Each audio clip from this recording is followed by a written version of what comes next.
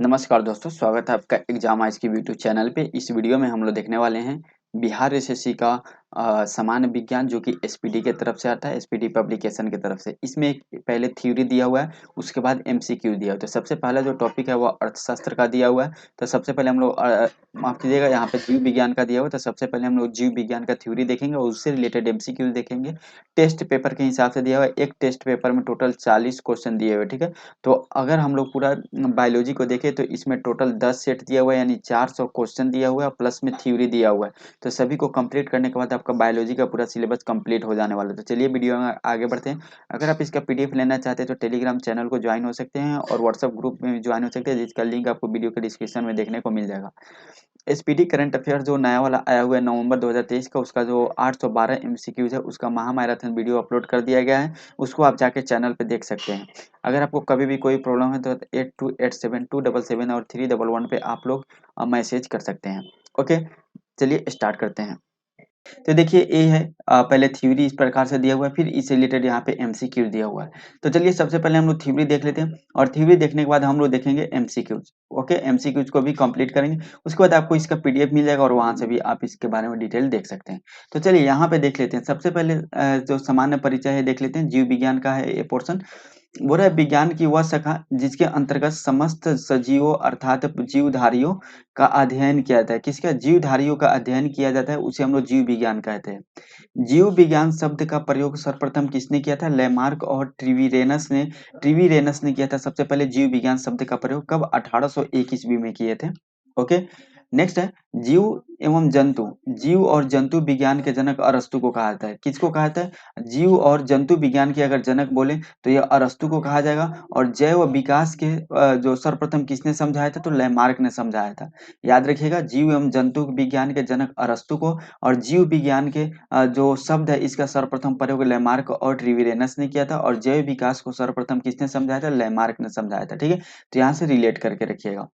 चिकित्सा शास्त्र का जनक किसे कहा जाता है? हिपोक्रेट्स को कहा जाता है। चिकित्सा शास्त्र का जनक हिपोक्रेट्स को कहा जाता है। और वनस्पति विज्ञान का जनक थियोफ्रेस्टस को कहा जाता है। थोड़ा इससे रिलेटेड है इसलिए पहले इसको बता दिए।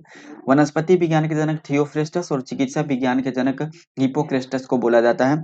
और भारत में चिकित्सा के जनक किसको बोला जाता है? चरक को बोला जाता है। काफी इंपॉर्टेंट क्वेश्चन है, ये जीके के क्वेश्चन में भी आता है। भारत में चिकित्सा के जनक किसे बोला जाता है? चरक को बोला जाता है। और भारत में शल्य चिकित्सा के जनक किसको? सुश्रुत को बोला जाता है। शल्य चिकित्सा के जनक किसको बोला जाता है? सुश्रुत को बोला जाता है भारत में। मानव का विकास, इतिहास और परंपराओं से संबंधित जो विषय, उसका विषय क्या कहलाता है? एंथ्रोपोलॉजी कहलाता है। यानी मानव का विकास कैसे हुआ है, इसका क्या हिस्ट्री है मानव का, यह कैसे कैसे परंपरा में निवास करता है, इससे रिलेटेड अगर हम लोग स्टडी करते हैं तो इसको हम लोग एंथ्रोपोलॉजी के नाम से जानते हैं। ठीक है, चलिए अभी हम लोग अरस्तु के द्वारा एक पुस्तक लिखा गया था जिसका नाम था हिस्टोरिया एनिमालिज्म में। क्या था? हिस्टोरिया एनिमालिज्म किसके द्वारा लिखा गया था? अरस्तु के द्वारा लिखा गया था। ये इंपॉर्टेंट क्वेश्चन एग्जाम में आता है।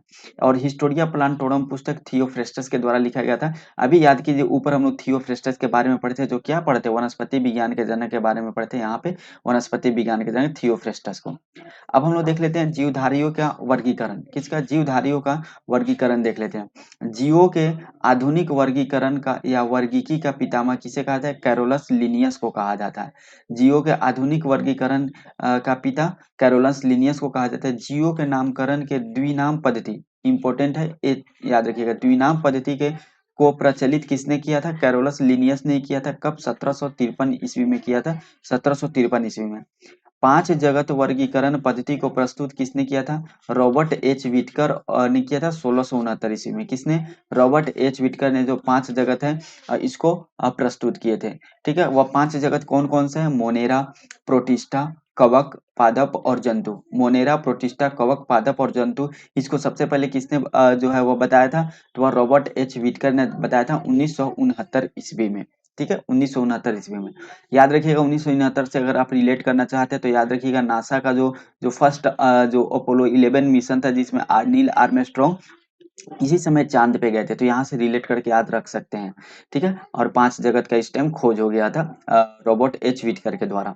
सभी प्रोकैरियोटिक जीव सम्मिलित किए जाते हैं मोनेरा जगत में। जितने भी प्रोकैरियोटिक जीव है उसको किस में सम्मिलित किया जाता है? मोनेरा जगत में सम्मिलित किया जाता है। मोनेरा जगत के सदस्य कौन कौन से हैं? जीवाणु है, नील हरित है और साइनोबैक्टीरियम है। ये याद रखिएगा क्योंकि ये एग्जाम में डायरेक्ट क्वेश्चन आता है। क्वेश्चन आता है इनमें से कौन सा सदस्य मोनेरा जगत के अंतर्गत नहीं आता है, तो ये 3 ऑप्शन में रहता है और कोई एक अलग रहता है। जीवाणु, नील हरित और साइनोबैक्टीरिया जो है यह मोनेरा जगत के अंतर्गत आता है। बोल रहा है प्रोकैरियोटिक जीवों में नहीं होता है। प्रोकैरियोटिक जीवों में क्या नहीं होता है? केंद्रक नहीं होता है। प्रोकैरियोटिक जीवों में केंद्रक नहीं होता है, जबकि यूकैरियोटिक जीवों में केंद्रक होता है। ये लाइन यहाँ पे दिया हुआ है। यूकैरियोटिक जीवों में क्या होता है? केंद्रक उपस्थित होता है, जबकि प्रोकैरियोटिक जीवों में केंद्रक उपस्थित नहीं होता है। एक कोशिकीय यूकैरियोटिक जीव सम्मिलित किए जाते हैं प्रोटिस्टा जगत में। एक कोशिकीय जो यूकैरियोटिक जीव है इसको कहाँ सम्मिलित किया जाता है? प्रोटिस्टा जगत में सम्मिलित किया जाता है। और लगभग जितने भी जीव है सभी जो प्रोकैरियोटिक जीव है इसको कहाँ? तो मोनेरा जगत में किया जाता है, अभी ऊपर हम लोग देख चुके हैं। प्रोटिस्टा में कौन कौन से आते हैं? प्रोटिस्टा में आते हैं शैवाल, कवक और प्रोटोजोआ। शैवाल, कवक और प्रोटोजोआ किसके अंतर्गत आते हैं? प्रोटिस्टा जगत के अंतर्गत आते हैं।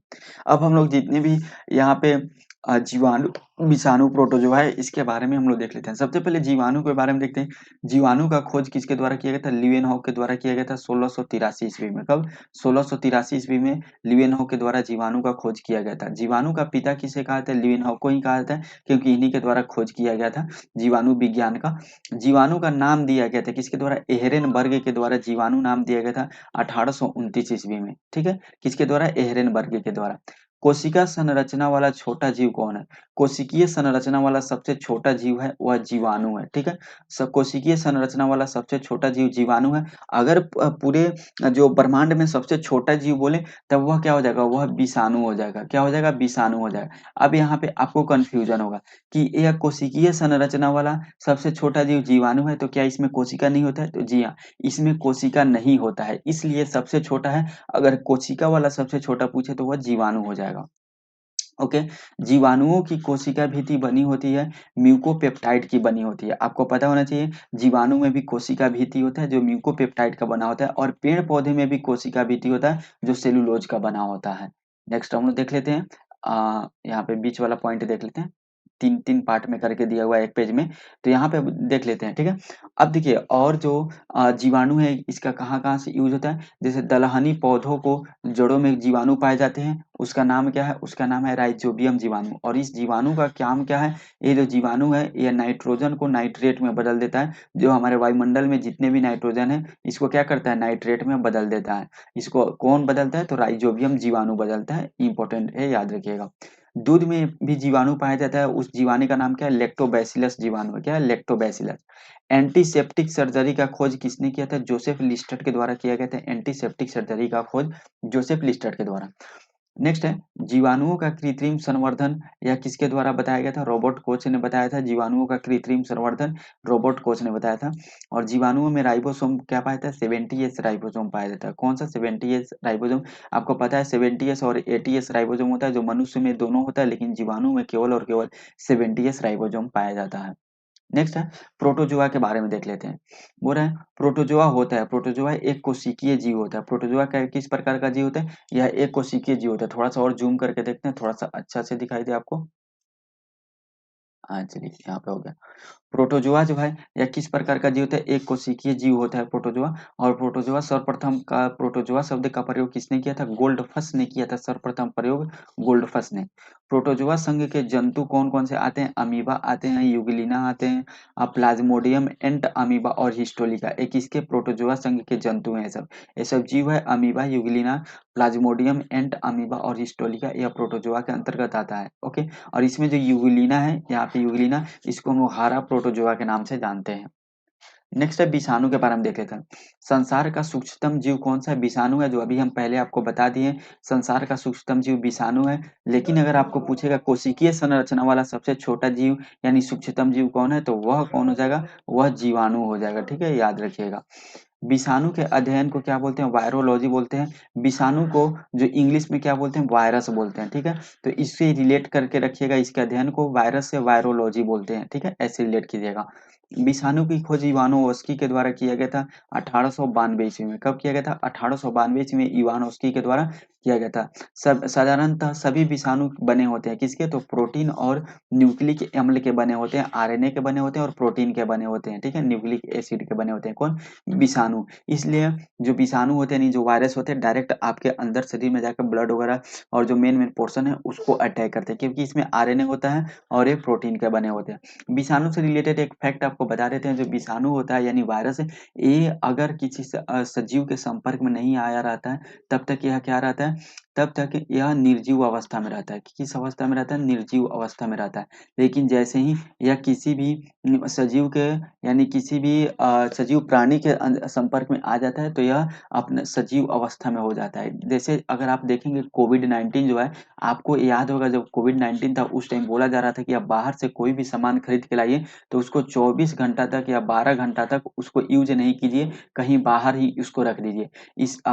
इससे इसलिए बोला जाता था कि जो जीवाणु होता है यानी वायरस, जो कोरोना वायरस है, वो तो अगर किसी शरीर के संपर्क में नहीं आता है, वो केवल निर्जीव वस्तु पे, जैसे फल सब्जी लाए तो वो तो निर्जीव वस्तु है, तो उस पे अगर आप रखते हैं तो उसका ग्रोथ नहीं होगा और 12 से 24 घंटे के अंदर में वह डेड कर जाएगा, मर जाएगा, ठीक है। उसके बाद आप उसको यूज कीजिएगा तो आपको हानिकारक नहीं होगा उस फल सब्जी को। अगर वहीं 12 या 24 घंटे के अंदर आप उसको यूज कर लेते हैं तो वो आपके शरीर के अंदर चला जाएगा और आपको नुकसान करेगा। फिर उसका ग्रोथ स्टार्ट हो जाएगा शरीर के अंदर जाते ही। विषाणु का आकार जो होता है वह 0.15 से 0.2 माइक्रोन के बीच होता है। 0.15 से 0.2 माइक्रोन के बीच होता है। रासायनिक रूप से विषाणु क्या होता है? एक न्यूक्लियो प्रोटीन होता है। विषाणु एक न्यूक्लियो प्रोटीन होता है। इंपॉर्टेंट क्वेश्चन है, याद रखिएगा, ट्रिपल स्टार इसमें लगा दिए हैं। नेक्स्ट है कोशिका का विज्ञान। कोशिका विज्ञान के बारे में देख लेते हैं। जीवन की मूलभूत इकाई को क्या बोलते हैं? कोशिका बोलते हैं। जीवन की मूलभूत इकाई को कोशिका बोलते हैं। ओके। कोशिका की खोज रॉबर्ट हुक ने 1665 ईस्वी में किया था। जीवित कोशिका का खोज ल्यूइन हॉक ने किया था। जीवित कोशिका का खोज किसके द्वारा किया गया था? ल्यूइन हॉक के द्वारा जीवित कोशिका का खोज किया गया था। ठीक है। और मृत कोशिका का खोज रॉबर्ट हुक के द्वारा 1665 ईस्वी में किया गया था। कोशिका का अध्ययन क्या कहलाता है? साइटोलॉजी हम लोग बोलते हैं। कोशिका के अध्ययन को साइटोलॉजी बोलते हैं। ओके। कोशिका का अध्ययन साइटोलॉजी कहलाता है। और कोशिका सिद्धांत को सबसे पहले किसने प्रतिपादित किया था? तो स्लाइडेन एवं स्वान ने सबसे पहले कोशिका जो सिद्धांत है इसको प्रतिपादित किया था 1838 और 1839 ईस्वी में। किस कब कब? 1838 और 1839 ईस्वी में स्लाइडेन और स्वान ने कोशिका सिद्धांत को प्रतिपादित किया था। जीवधारियों की संरचनात्मक एवं क्रियात्मक इकाई होती है, क्या होती है? एक कोशिका होती है। जीवधारियों की संरचनात्मक एवं क्रियात्मक इकाई क्या होती है? एक कोशिका होती है। ओके। नेक्स्ट है कोशिका दो प्रकार के होते हैं, प्रोकैरियोटिक एवं यूकैरियोटिक। कोशिका कितने प्रकार के तो होते हैं? दो प्रकार के, प्रोकैरियोटिक और यूकैरियोटिक, जिससे रिलेटेड कुछ इंपॉर्टेंट फैक्ट हम लोग ऊपर देख चुके हैं। ओके। ठीक है। क्या क्या देखे हैं? प्रोकैरियोटिक में केंद्रक नहीं होता है, यूकैरियोटिक में केंद्रक होता है। जितने भी प्रोकैरियोटिक है वह किसके अंतर्गत आता है? यह जो है मोनेरा के अंतर्गत आता है। ये सब हमने ऊपर देख लिए हैं। केंद्रिका एवं केंद्रक एवं केंद्रिका नहीं पाया जाता है प्रोकैरियोटिक में। सेम फैक्ट यहाँ भी देखने को मिलेगा। और केंद्रक और केंद्रिका उपस्थित होता है किसमें? यूकैरियोटिक में। सबसे छोटी कोशिका होती है किसका? तो माइकोप्लाज्मा गैलीसेप्टिम का, गैलीसेप्टिकम का सबसे छोटा जो कोशिका होता है एक जीवाणु होता है। याद रखिएगा, जीवाणु है जिसका नाम है माइकोप्लाज्मा गैलीसेप्टिकम। तो ये सबसे छोटी कोशिका इसी का होता है। नेक्स्ट हम लोग देख लेते हैं पॉइंट इधर। ओके। यहाँ से हम लोग पॉइंट देख लेते हैं फिर से ऊपर। बोल रहे हैं सबसे बड़ी कोशिका किसका होता है? शुतुरमुर्ग मुर्ग का अंडा का होता है सबसे बड़ी कोशिका। ठीक है। मानव शरीर की सबसे लंबी कोशिका कौन होती है? सबसे लंबी कोशिका का बात हो रहा है, यहाँ सबसे बड़ी कोशिका का बात नहीं हो रहा है, याद रखिएगा। मानव शरीर की सबसे लंबी कोशिका का बात हो रहा है तो वह न्यूरॉन हो जाएगा, जो तंत्रिका कोशिका होता है, ठीक है, जो ब्रेन में होता है। मानव शरीर में पाई जाने वाली सबसे छोटी कोशिका किसका होता है? सेरिबेलम के जो गेन्यूल सेल है इसका कोशिका होता है सबसे छोटी कोशिका मानव शरीर का। ठीक है। और मानव शरीर में पाई जाने वाली सबसे बड़ी कोशिका कौन होती है? अंडाणु होती है, ओवम होती है। मानव शरीर में पाई जाने वाली सबसे बड़ी कोशिका, याद रखिएगा, ऐसा फैक्ट आता है।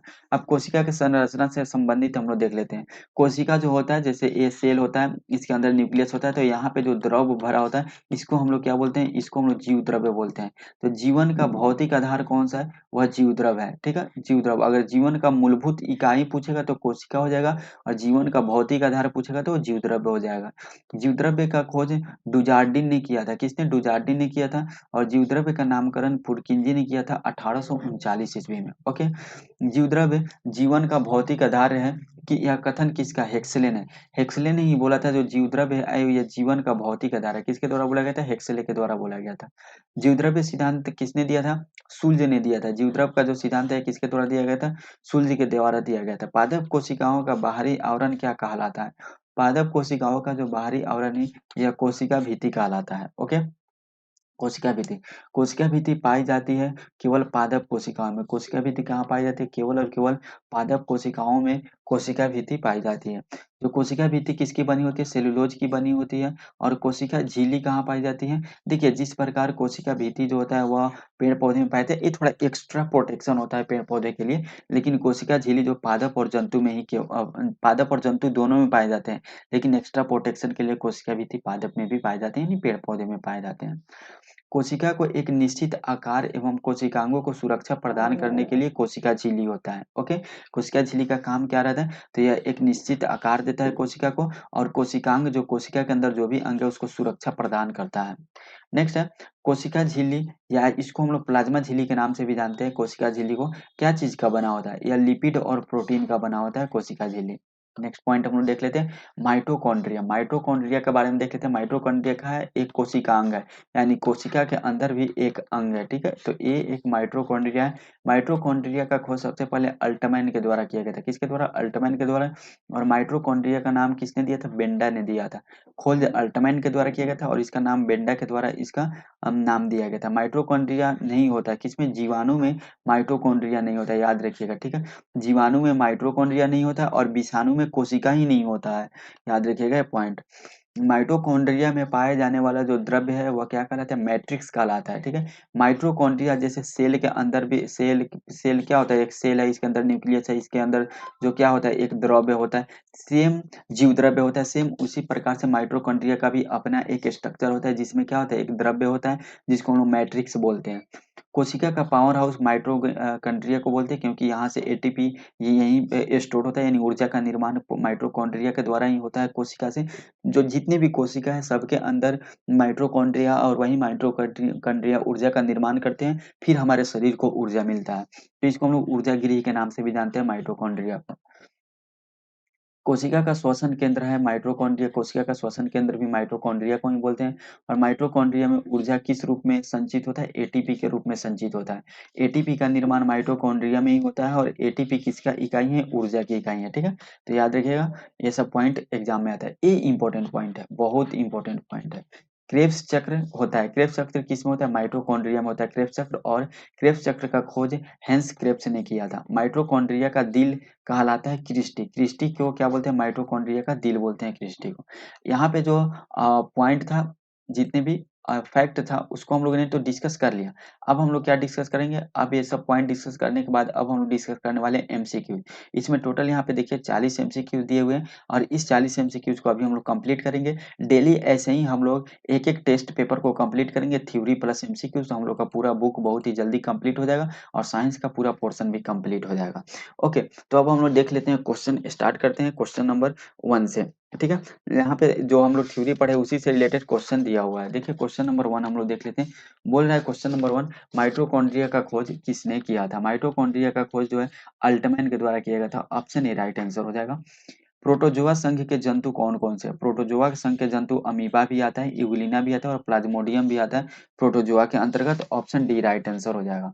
नेक्स्ट हम लोग देख लेते हैं जीव एवं जंतु विज्ञान के जनक कौन है? जीव और जंतु विज्ञान के जनक अरस्तु को माना जाता है। ऑप्शन बी राइट आंसर हो जाएगा। और अरस्तु के द्वारा एक पुस्तक भी लिखा गया था, अभी हम लोग पीछे डिस्कस किए, उसको आप कमेंट करके बताइएगा। कोशिका भित्ति किसमें पाई जाती है? कोशिका भित्ति जो है ये केवल और केवल पादप कोशिका में पाई जाती है। ऑप्शन ए राइट आंसर हो जाएगा। ठीक है, जीवाणु में भी कोशिका भित्ति पाई जाती है, लेकिन वो दूसरे चीज की बनी होती है। तो कोशिका भित्ति मेन रूप से पादप में पाई जाती है। प्रोटिस्टा जगत के सदस्य कौन है? प्रोटिस्टा जगत के इसमें से सदस्य कौन कौन है आपको बताना है। तो इसमें शैवाल भी आते हैं प्रोटिस्टा के अंतर्गत, कवक भी आते हैं और प्रोटोजोआ भी आते हैं। ऊपर हम लोग डिस्कस कर चुके हैं। ऑप्शन डी राइट आंसर हो जाएगा। नेक्स्ट है, जीवाणु की खोज 1683 ईस्वी में किसने किया था? 1683 ईस्वी में जो जीवाणु है इसका खोज किया गया था ल्यूएन हॉक के द्वारा, और जीवाणु विज्ञान का पिता भी इसी को ल्यूएन हॉक के ही बोला जाता है। ऑप्शन बी राइट आंसर हो जाएगा। चिकित्सा शास्त्र के जनक कौन है? चिकित्सा शास्त्र के जनक हिपोक्रेट्स है। ऑप्शन बी राइट आंसर हो जाएगा। और थियोक्रेस्टस कौन है? वनस्पति विज्ञान के जनक है। जीवन की मूलभूत इकाई क्या है? जीवन की मूलभूत इकाई कोशिका है। ऑप्शन ए राइट आंसर हो जाएगा। संसार के सबसे सूक्ष्मतम जीव कौन है? विषाणु है। ऊपर हम लोग डिस्कस कर चुके हैं। ऑप्शन ए राइट आंसर हो जाएगा। ठीक है, अगर कोशिकीय संरचना वाला सूक्ष्मतम जीव कौन है तो जीवाणु हो जाएगा। यूकैरियोटिक सेल में प्लाज्मा झिल्ली किसकी बनी होती है? यहाँ पे देखिए यूकैरियोटिक सेल जो है इसमें जो प्लाज्मा झिल्ली बनी होती है यह फॉस्फोलियो प्रोटीन की बनी होती है। ऑप्शन सी राइट आंसर हो जाएगा। नेक्स्ट है, कोशिका झिल्ली किससे बनी होती है? कोशिका झिल्ली जो प्रोटीन और लिपिड की बनी होती है, जो पादप और जंतु में पाए जाते हैं प्रोटीन और लिपिड की बनी होती है। ठीक है, ऑप्शन डी राइट आंसर हो जाएगा, ए और बी। सेलुलेज भीति किसके सेलों में पाई जाती है? जो सेलुलेज भीति है या किसके सेलों में पाई जाती है? सेलुलेज मतलब क्या हुआ? सेलुलेज से बनी हुई कोशिका भीति है जो केवल और केवल पौधे में पाया जाता है। ऑप्शन डी राइट आंसर हो जाएगा। नेक्स्ट है, वनस्पति विज्ञान के जनक किसे कहा जाता है? अभी हम लोग देख चुके हैं वनस्पति विज्ञान के जनक थियोफ्रेस्टस को कहा जाता है। ऑप्शन सी राइट आंसर हो जाएगा। और कोशिका का श्वसन केंद्र कौन सा है? कोशिका का श्वसन केंद्र माइटोकॉन्ड्रिया का बोलते हैं, ये भी हम लोग देख चुके हैं। ऑप्शन ए राइट आंसर हो जाएगा। इसको ऊर्जागिरी भी बोलते हैं। क्या बोलते हैं? ऊर्जागिरी भी बोलते हैं माइटोकॉन्ड्रिया को। ठीक है, और इसमें जो ऊर्जा होता है यह एटीपी में स्टोर होता है। एटीपी किसका इकाई है? ऊर्जा का इकाई है, ये भी याद रखिएगा। ठीक है, नेक्स्ट हम देख लेते हैं कोशिका का अध्ययन क्या कहलाता है? कोशिका का अध्ययन को हम लोग साइटोलॉजी बोलते हैं। ऊपर ऑप्शन में दिया होगा साइटोलॉजी, वही आंसर होगा। हम लोग देख लेते हैं किस ऑप्शन में, यहाँ पे ऊपर जाके देख लेते हैं। ओके, कोशिका के अध्ययन को हम लोग क्या बोलते हैं? साइटोलॉजी बोलते हैं, जो कि ऑप्शन ए में ऑप्शन ए राइट आंसर हो जाएगा। जैव विकास को सर्वप्रथम किसने समझाया था? जैव विकास को सर्वप्रथम किसके द्वारा समझाया गया था? लेमार्क के द्वारा। ऑप्शन बी राइट आंसर हो जाएगा। जीवधारियों की वर्गीकरण के अध्ययन को क्या बोलते हैं? जीवधारियों के वर्गीकरण का जो अध्ययन है इसको हम लोग क्या बोलते हैं? जीवधारियों के बोला जीवधारियों के वर्गीकरण के अध्ययन कहलाता है। जीवधारियों के जो वर्गीकरण है इसके अध्ययन को टेक्सोनोमी बोलते हैं। ऑप्शन सी राइट आंसर हो जाएगा। 18 नंबर क्वेश्चन है, जीव विज्ञान शब्द का प्रयोग सर्वप्रथम किसने किया था? इसको लेमार्क और ट्रिवीरेनस ने किया था। ऑप्शन बी राइट आंसर हो जाएगा। 19 नंबर क्वेश्चन है, कौन सा जीव मुनेरा जगत में शामिल नहीं है? देखिए एक क्वेश्चन आ गया, ऊपर सेम क्वेश्चन हम बताए थे। तो कौन सा जीव मुनेरा जगत में शामिल नहीं है? तो कौन कौन सा जीव है? तो इसमें से जीवाणु मुनिरा जगत में कौन कौन सा शामिल नहीं है? जीवाणु शामिल है, निरहरित शैवाल और माइकोप्लाज्मा शामिल है, जबकि कवक शामिल नहीं है। ऑप्शन डी राइट आंसर हो जाएगा। विषाणु जगत में शामिल किए जाते हैं। विषाणु किस जगत में शामिल किए जाते हैं? इसको किसी जगत में शामिल नहीं किए। विषाणु एक अलग वायरस ये सब होता है, यह न प्रोटिस्टा में होता है, न मोनेरा में होता है, न ही प्रोटोजोआ में होता है। यह इनमें से कोई नहीं। नेक्स्ट है, पांच जगत का जो वर्गीकरण है प्रणाली प्रस्तुत करने वाला वैज्ञानिक कौन था? जो पांच जगत दिया गया था ये आप जो किसके द्वारा प्रस्तुत किया गया था? विटेकर के द्वारा। ऑप्शन डी राइट आंसर हो जाएगा। 22 नंबर क्वेश्चन है, कौन सा ऊर्जा घर कहलाता है जो कोशिका का ऊर्जा घर कहलाता है? माइटोकॉन्ड्रिया कहलाता है। ऑप्शन बी राइट आंसर हो जाएगा।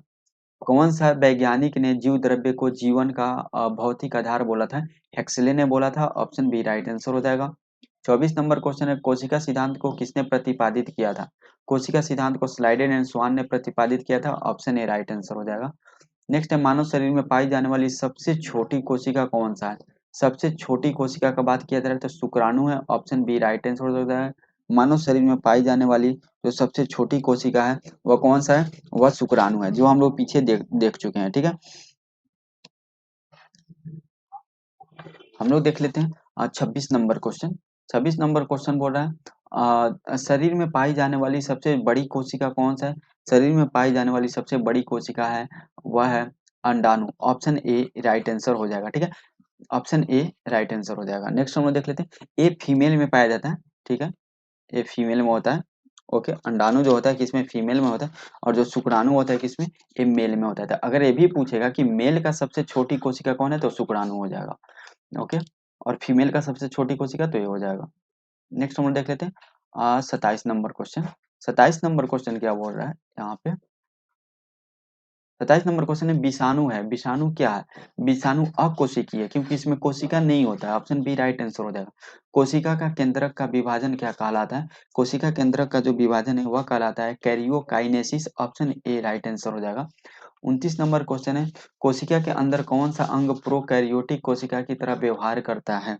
प्रोकैरियोटिक कोशिका की तरह व्यवहार करने वाला कोशिका का जो अंग है वह है mitochondria. Option A right answer हो जाएगा। एटीपी का निर्माण होता है। एटीपी का निर्माण माइटोकॉन्ड्रिया में होता है। ऑप्शन बी राइट आंसर हो जाएगा। नेक्स्ट है एटीपी किसकी इकाई है? एटीपी जो है ऊर्जा की इकाई है। ऑप्शन ए राइट आंसर हो जाएगा। द्विनाम पद्धति के प्रतिपादक कौन है? इसके प्रतिपादक है Linnaeus. Option A right answer हो जाएगा। नेक्स्ट हम देख लेते हैं 33 नंबर क्वेश्चन। जीवाणुओं में कौन सा राइबोसोम पाया जाता है? जीवाणुओं में 70s राइबोसोम पाया जाता है। ऑप्शन ए राइट आंसर हो जाएगा। लेकिन मनुष्य में 70 और 80 दोनों राइबोसोम पाया जाता है। 34 नंबर क्वेश्चन है एंटीसेप्टिक सर्जरी की खोज किसने की थी? जोसेफ लिस्टर ने किया था एंटीसेप्टिक सर्जरी का खोज। ऑप्शन ए राइट आंसर हो जाएगा। 35 नंबर क्वेश्चन है जीवाणुओं की कृत्रिम संवर्धन किसने किया था?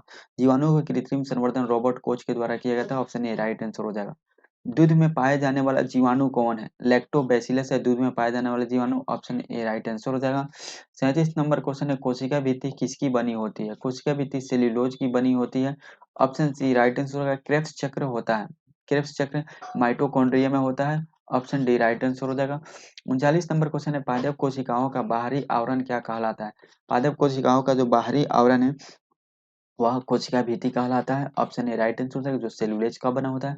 हरा प्रोटोजोआ के रूप में जाना जाता है। हरा प्रोटोजोआ के रूप में यूग्लिना को जाना जाता है, जो कि ऑप्शन डी राइट आंसर हो जाएगा। तो इसमें जो भी 40 क्वेश्चन थे उसको हम लोगों ने कंप्लीट किया। टोटल 40 क्वेश्चन को हमने यहाँ पे जो इसका टेस्ट 1 था, टेस्ट पेपर 1, उसको हम लोगों ने कंप्लीट कर लिया। मिलते हैं नेक्स्ट वीडियो में जिसमें हम लोग टेस्ट पेपर 2 देखेंगे। अगर आपको वीडियो अच्छा लगता है तो इस चैनल को सब्सक्राइब करके बेल आइकन को दबा दीजिए, ताकि आने वाले समय वीडियो को नोटिफिकेशन आपको मिलते रहे। मिलते हैं नेक्स्ट वीडियो में। आज के वीडियो में इतना ही, तब तक के लिए जय हिंद, जय भारत।